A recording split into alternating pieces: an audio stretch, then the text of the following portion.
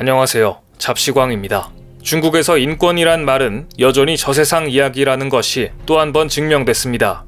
아무리 올림픽의 성공적인 개최가 중요하다지만 중국은 베이징에서마저 확진자가 나오자 그 누구도 받고 싶지 않은 방식으로 코로나 검사를 하는 공포의 검사 방식을 다시 부활시켜 세계를 놀라게 했습니다.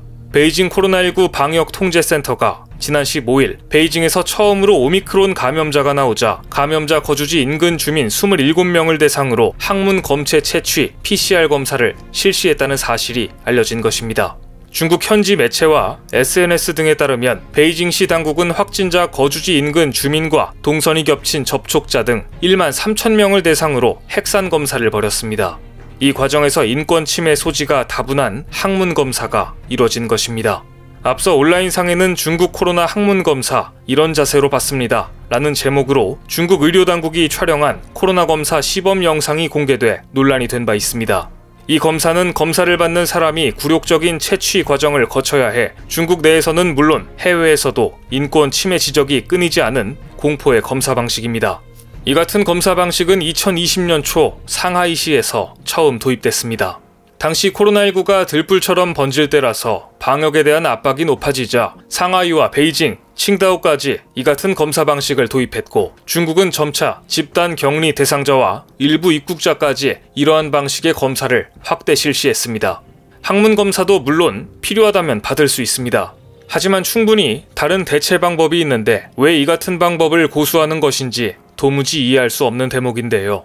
당연히 각국에서 비난이 빗발쳤지만 중국 의료당국은 인권과는 거리가 먼 이 공포의 검사 방식이 기존 검사법보다 정확성이 높다고 주장했습니다. 코로나19 무증상 감염자나 경증 감염자는 회복이 빨라 구강검사에서는 양성 반응이 나타나지 않는 경우가 있는데 이런 식의 검사를 하면 호흡기보다 정확도가 높아 감염자 검출률을 높이고 진단 누락을 줄일 수 있다고 주장한 것입니다. 하지만 중국 내에서조차 이 같은 주장에 대해 의문을 표합니다. 우한대 병원체 생물학자 양잔취 부국장은 바이러스는 소화기관이 아닌 상부 호흡기로 감염되기 때문에 비효율적인 검사라고 주장한 바 있습니다. 상식적으로 매번 항문 검사를 받느니 차라리 오미크론에 걸리는 게 낫다는 중국 인민들이 나오지 않을까라는 생각이 드는데요. 2020년 초 당시 중국 주재 미국 외교관과 외국인들까지 중국에 입국하는 과정에서 항문 검사를 강요받았다는 사실이 알려지자 외교 마찰까지 빚어진 바 있습니다. 일본은 중국에 자국민의 입국 시 이런 검사를 하지 말아달라고 정식으로 요청까지 했습니다. 일본 정부 대변인이 기자회견을 통해 중국 내 일본 대사관에 이 검사로 심각한 심리적 고통을 겪고 있다는 의견이 접수됐다. 중국 외에 전 세계에서 이런 검사를 한다고 알려진 나라는 없다 라고 말한 것입니다. 이렇게 외교적 마찰까지 일어난 검사 방식을 다시 들고 나오다니 저걸 감내하는 중국 인민들도 대단합니다. 현재 세계적인 추세는 코에 면봉을 넣어 하는 검사 방식조차 고통스러우니 입안에 면봉을 넣어서 고통을 줄이는 검사를 하자는 입을 통한 검사 방식을 고려하는 추세입니다. 미국 메릴랜드대 공중보건대학 도널드 밀턴 교수팀이 최근 감염자에게 증상이 나타나기 3일 전부터 5일 동안 목과 침에서 바이러스 샘플을 수집해 비교했는데 코보다 침에서 수집한 샘플의 바이러스가 3배 이상 많았습니다. 따라서 PCR 검사 결과 양성으로 확진될 가능성도 12배나 더 높았습니다. 남아프리카 공화국 케이프타운대 의료미생물학과 연구팀의 연구에서도 비슷한 결과가 나왔습니다. 델타 변이는 코 속에서 검체를 채취하는 것이 유효했지만 오미크론 변이는 침에서 검체를 수집할 때 검사 효율이 14% 더 뛰어난 것으로 나타난 것입니다.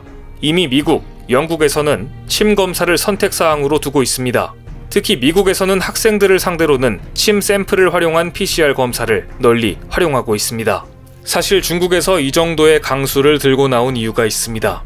얼마 전 중국산 백신이 오미크론 변이에는 효과가 전혀 없다는 발표가 나왔기 때문인데요.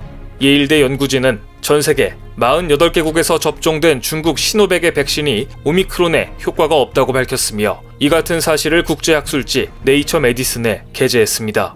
시노백은 이른바 불활성 백신으로 화학 처리를 통해 감염력을 없앤 바이러스로 만든 백신입니다. 시노팜 역시 같은 원리입니다. 문제는 이 같은 방식의 백신이 제조는 쉽지만 예방 효과는 떨어진다는 점입니다. 네이처지 역시 오미크론 변이가 확산하는 상황에서 불활성 백신의 사용을 재고해야 한다고 경고하고 있습니다. 결국 백신 무용론이 확산되자 중국 정부는 불안해진 방역 강화를 위해 항문 검사라는 최후의 수단까지 들고 나온 것으로 보입니다. 이 밖에도 중국에서는 황당한 지침, 지시가 연이어 나오고 있습니다. 베이징 교통관리국이 공식 웨이보 계정에 올림픽 차량의 교통사고를 목격한 경우 시민들은 차량이나 그 안에 있는 사람과의 접촉을 피하고 전문가가 현장에 도착할 때까지 기다리라고 한 것이 알려져 논란이 되고 있습니다. 인명피해가 발생하더라도 폐쇄 루프 밖에 있는 사람들은 올림픽 관계자들과 접촉할 수 없으니 도움을 주지도 말아라. 올림픽 기간 내 교통사고 처리 과정은 당국에서 처리할 테니 시민들은 아예 접촉도 하지 말라고 한 것입니다. 아무리 그래도 그렇지 교통사고를 목격해도 돕지도 말라는 지침에 올림픽을 위해 이렇게까지 해야 하나 라는 원성이 자자합니다. 그런데 하필 이때 지난해 7월 중국에 내린 기록적인 폭우, 즉 1000년 만의 폭우라고 했던 허난성 정저우 폭우 피해의 원인과 문제점을 분석한 중국 정부의 보고서가 공개되면서 민심은 최악으로 치닫고 있습니다. 당시 정저우에는 하루에만 624mm의 폭우가 내렸습니다. 이 지역 1년 평균 강우량이 640mm니까 거의 1년 동안 내릴 비가 하루 만에 내린 것입니다. 결국 달리는 지하철 안으로 빗물이 밀려들면서 승객 14명이 숨졌고 시내 중심부에 있는 터널이 완전히 침수돼 6명이 사망했습니다. 6일 동안 허난성에서 398명이 숨지거나 실종됐는데 이 중 대부분이 정저우에서 나왔습니다. 중국은 진상조사에 나선 지 6개월 만에 이번 보고서를 발표했는데 당시 제기되었던 의혹들은 대부분 사실로 드러났습니다. 특히 정저우 수해 사망자 수를 지방정부가 은폐했다는 사실도 드러났습니다. 지방정부가 사망자를 139명이나 축소시켰고 심지어 리커창 총리가 현지 시찰에 나섰을 때조차 추가로 파악된 피해를 제대로 보고하지 않은 것으로 나타난 것입니다. 그런데 이 보고서에 대해 중국 관영 매체 글로벌 타임스는 중앙정부의 이번 보고서가 찬사를 받고 있다고 황당한 보도를 했습니다. 허난성 홍수 보고서가 사람 중심 접근 방식으로 찬사를 받고 있다고 보도한 것입니다. 한국 같았으면 정부가 나서 대국민 사과를 해도 모자랄 판인데 중국 관영 매체의 이런 유체 이탈식 해석은 이해하기 어려운 부분입니다. 이 보고서를 보면 지방정부는 비상 시스템을 가동하지 못했을 뿐더러 공무원과 주민들은 재난을 피하는 방법에 대한 지식이 심각하게 부족했습니다. 아무리 기록적인 폭우가 쏟아졌더라도 최소한 지하철과 터널에서의 인명피해는 막을 수 있었는데 신속한 조치를 취하지 않은 것이었습니다.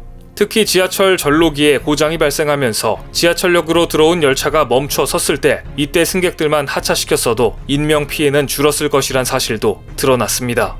재난 피해를 은폐하고 축소하면 어떤 결과가 초래되는지 중국은 이미 코로나19 사태 초기에 우한에서 확진자가 나왔고 세계로 확산되었을 때 목격했습니다.